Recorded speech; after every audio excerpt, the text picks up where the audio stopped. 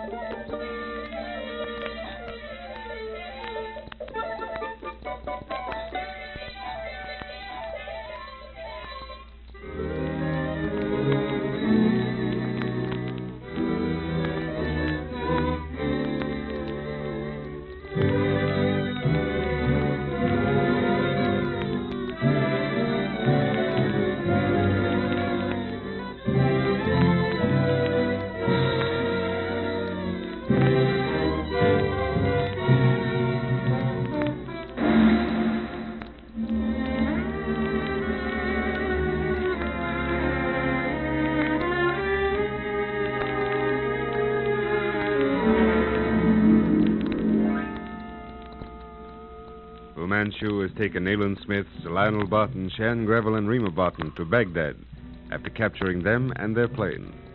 There he tortures Smith in an attempt to force from him or Barton the location of the relics of El Mokana. Smith and his companions are rescued in a raid on the house by British military police, but Fu Manchu and his daughter escape. Resuming their flight to Cairo, they are met in Heliopolis by Dr. Petrie, who drives them to Cairo in his car. En route, their car hits a native, apparently killing him. Upon investigation, however, Petrie announces the man has been dead for several hours. As Petrie, Greville, Rima, and Smith stand beside the corpse, a sudden cry for help from Barton startles them. Rushing into the road, they discover the car and Barton surrounded by a crowd of angry natives.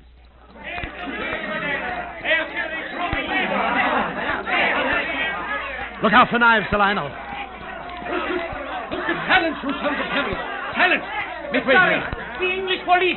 Look, Sidney! The dogs have killed a true believer! Regal! Silence, all of you! Your call, sir? What's the trouble? That remains to be investigated, Sergeant. You turned up at the right moment. My name is Smith, Nayland Smith. Were you advised of my coming? Oh, yes, sir. We were instructed to keep an eye out for you and your party. Ante Ruhu! Get out, all of you! Imshot! Imshot Selma! Carry on, Mr. Smith. I'll handle this. Your name, please? Sergeant Banks, British Egyptian Military Police, on special duty here tonight. I see. Sir Lionel, the suitcase is safe? It is. That's what the dogs were after. Yes. Oh, Sergeant, you'll find a dead man in that coffee house there. Your car killed him? Our car struck him, but he's been dead for several hours. Dead before you struck him? He was pushed out in front of us as we turned to pass a cart. That's odd. Very well, sir. I'll take care of it. Thank you, Sergeant. Drive on, Petrie. Very well.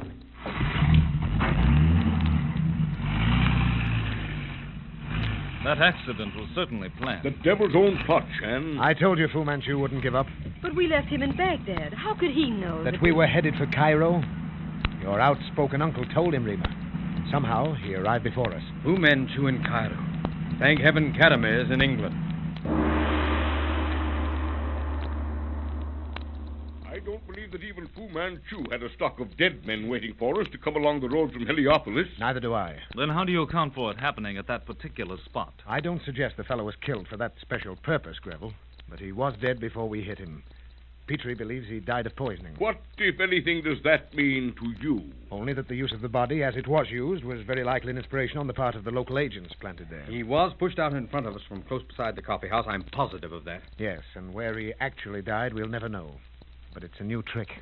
Fu Manchu, Mr. Smith. I'm positive of that, Rima. Only Fu Manchu could devise such a thing. But only you and I, Smith, could go him one better. I travel light, but my baggage is valuable. It's no laughing matter, Barton. Oh, when is Ali Mahmoud due in Cairo? He'll do well to get here with a heavy kit in a week. Why do you ask that? I thought we knew each other well enough to share confidences. What the devil do you mean by that? What I say. If it conveys nothing, forget it. I shan't forget it, but I shall continue to run things in my own way. You certainly didn't expect me to leave anything as valuable as the Mokana relics with Ali. You made the suggestion yourself, and so we planned it. However, I'm not going to quarrel with you. But now I would like to make a suggestion. Just a moment, Nayland. We're all old friends here. We've gone through some trying times together, and after all, there's a common enemy. That's right, Sir Lionel. And now, for heaven's sake, let's be honest, at least with each other. I don't know all the facts, but I suppose you do, Nayland. Now, you, Barton, are the stumbling block. You're keeping something back. Now, lay your cards on the table, man. What's your suggestion, Smith? A P&O liner leaves Port Said for Southampton tomorrow. I suggest that Rima sails on it. Why should I be sent home, Mr. Smith? What have I done? Why should I miss all the fun? Fun? Good heavens, I'm thinking of your safety. But I've spent months in isolated camps in Afghanistan, Persia, and a dozen other places, and I'm still alive. I don't doubt your courage, my dear. You've plenty of that. But while your uncle maintains his present impossible attitude, we're all in very grave danger of our lives, your own included. Rima, your uncle's youthful enthusiasm, if I may call it that, makes him lovable, no doubt, but he's the most dangerous companion a man ever had. Exactly. They're right, Sir Lionel. And while we're on the subject, there's one thing I can't forgive you. You too, eh? Well, speak up. What is it? That you permit your mad enthusiasm to expose Rima to danger of death. Rima, my dear, they're all against us. But we'll carry on nevertheless, and by the living gods in our own way. Very well, Sir Lionel. Then whatever happens, you'll have no one but yourself to blame. And I don't mind telling you that if it weren't for the rest of us, I'd wash my hands of the whole business and return home. Confound it, you. Now, just a minute, Uncle. This appears to be a private war. If you haven't forgotten it, we have an engagement with Mr. Winslow, our pilot, for dinner. I'm taking Shan with me down to the lobby to look for him. He's hand in glove with Smith, and one of them's enough.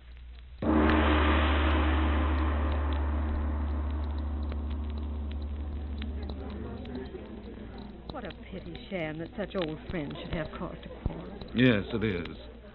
But with all due respect to Sir Lionel, he's the cause of it. I know. And yet, just as Dr. Petrie said, his enthusiasm makes me love him. Yes, and me too. Right now, he's in one of his most awkward moods. He's got something up his sleeve, and he's afraid Smith's going to spoil his big effect. Well. Miss Barton and Mr. Greville. I thought you'd all forgotten that you invited me to dinner. No, not at Nothing all, of the Winslow. sort. Oh, I'm certainly glad you didn't dress Mr. Winslow. Every last thing we have is coming with our luggage from Isfahan. And I, of course, being just an airways pilot stationed at Isfahan, stand in the only clothes I have with me. Well, that puts us all on an equal footing. You know, I don't know what you people have been up to up there in Afghanistan, but somebody in those parts kicking up no end of a row. I've been hearing things since I dropped you on the sands of Egypt this evening. What have you heard, Mr. Winslow? I should say that you've bolted just in time. They claim a sort of new Mahdi up there somewhere. News is all over town. Native quarter particularly. Well, let's have the rest of it, Winslow. Well, they've got the story of this veiled bloke mixed up with the strange weather here. It's infernally hot. Probably a storm brewing. Which they put down to the influence of El Mokana. Righto. But that's merely native superstition. Why, of course.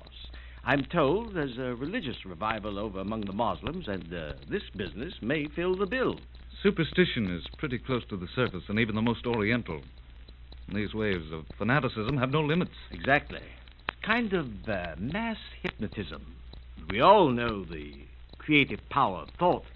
But someone would have to lead this movement. How can there be followers of a veiled prophet when there is no veiled prophet? I hear that they're proclaiming that there is one at El Ashar. He's supposed to be moving down through Persia. Oh, that's ridiculous. It is, but it's likely to be infernally dangerous. Here comes one of your friends, just stepping out of the lift. No, it's Dr. Petrie. Well, the war must be over, Shan.